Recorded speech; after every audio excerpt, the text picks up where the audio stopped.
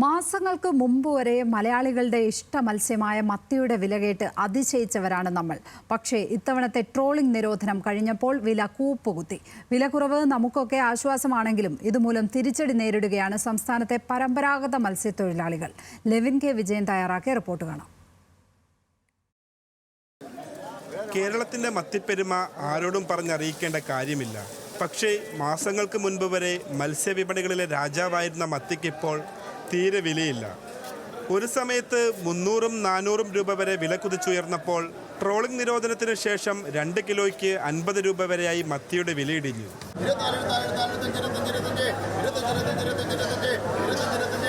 വില കുറഞ്ഞത് സാധാരണക്കാർക്ക് ആശ്വാസമാണ്. പക്ഷേ മത്സ്യബന്ധനം ഉപജീവന മാർഗമായ തൊഴിലാളികൾക്ക് വിലക്കുറവ് കനത്ത തിരിച്ചടിയാണ്.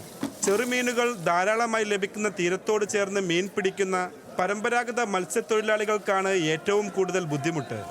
മത്സ്യത്തിൻ്റെ ലഭ്യതയുടെ എന്താ പറയുക, അതൊരു ഓർഡർ എത്തി കിടക്കുകയാണ്. ഇപ്പോൾ ഈ സീസണിലൊക്കെ ഇവിടെ കാറ്റുതലാണ്. ഇപ്പോൾ കാറ്റില്ല, കാറ്റിപ്പോൾ കുറച്ച് കുറവാണ്. ഇപ്പോൾ മീനുണ്ട്. ഇപ്പോൾ ഈ ഒരു 2 ആഴ്ച മുന്നേ ഒരു വലിയ മഴ പെയ്ത് അത് ഈ സീസണിൽ ഉണ്ടാവാറില്ല. ഇവിടെ മൊത്തം വന്നുകൊണ്ടിരിക്കുന്നത് ഇപ്പോൾ ഫുള്ള് ചെറിയ ആളാണ്. മറ്റു മത്സ്യങ്ങളുടെ ലഭ്യത വളരെ കുറവാണ്. ഇവിടെ നമുക്ക് മത്സ്യം ഇവിടെ കൊണ്ടുവന്നാൽ അത് ഇവിടെ വിതരണം ചെയ്യാനും അതിനുള്ളൊരു ബുദ്ധിമുട്ട് മത്സ്യത്തൊഴിലാളികൾക്ക്. ഇവിടെ അതിനുള്ള സൗകര്യങ്ങൾ ഒരു കുറവുണ്ട്. പിന്നെ മീൻ ഇപ്പോൾ മൊത്തത്തിൽ മത്തിക്ക് വില കുറവാണ്. ഇപ്പോൾ കുറച്ച് സമയത്ത് മുന്നേ നല്ല വില ഉണ്ടായിരുന്നു മത്തികൾ. ഇപ്പോൾ വില കുറവാണ്. അർദ്ധരാത്രിയിലും പുലർച്ചെയുമൊക്കെയായി പൊന്തുവള്ളങ്ങളിലും ചെറുബോട്ടുകളിലും കടലിൽ പോകുന്നവരാണ് പരമ്പരാഗത മത്സ്യത്തൊഴിലാളികൾ. ഓരോ ദിവസവും ഡീസലിന് മാത്രമായി വൻതുക ഇവർക്ക് ചെലവഴിക്കേണ്ടി വരും. ഒപ്പം പകുതി ദിവസത്തോളമുള്ള അധ്വാനവും. ഏകദേശം ഒരു ദിവസം ഒരു മാസത്തിൽ പകുതി മാത്രമാണ് മത്സ്യബന്ധനം നടത്തണുള്ളൂ. വിലയില്ലാത്തതുകൊണ്ട് രാവിലെ പോയാൽ ഉച്ചയ്ക്ക് തിരിച്ചു വരും.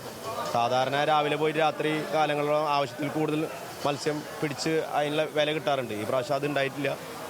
വലിയ രീതിയിൽ മത്തി കിട്ടുന്നതിന് വിലയും കുറഞ്ഞതോടുകൂടി മത്തിയുടെ പൊതുവെ ലഭ്യത കൂടിയതോടുകൂടി വിലയും കുറഞ്ഞതോടുകൂടി മത്സ്യങ്ങളുടെ ഏറ്റവും വലിയ ആശങ്കയിലാണ്. ഈ വർഷം മഴ കൂടുതൽ ലഭിച്ചതിനാൽ മത്തിയുടെ പ്രധാന ആഹാരമായ പ്ലവകങ്ങൾ വർദ്ധിച്ചതാണ് മത്സ്യവർദ്ധനയ്ക്ക് കാരണമായതെന്നാണ് ഫിഷറീസ് രംഗത്തെ വിദഗ്ധരും മത്സ്യത്തൊഴിലാളികളും പറയുന്നത്. കേരള തീരത്ത് പലയിടങ്ങളിലും അടിക്കടിയുണ്ടാകുന്ന ചാകരയും വിപണി വിലയെ കാര്യമായി ബാധിച്ചിട്ടുണ്ട്. ന്യൂസ് മലയാളം, തൃശ്ശൂർ.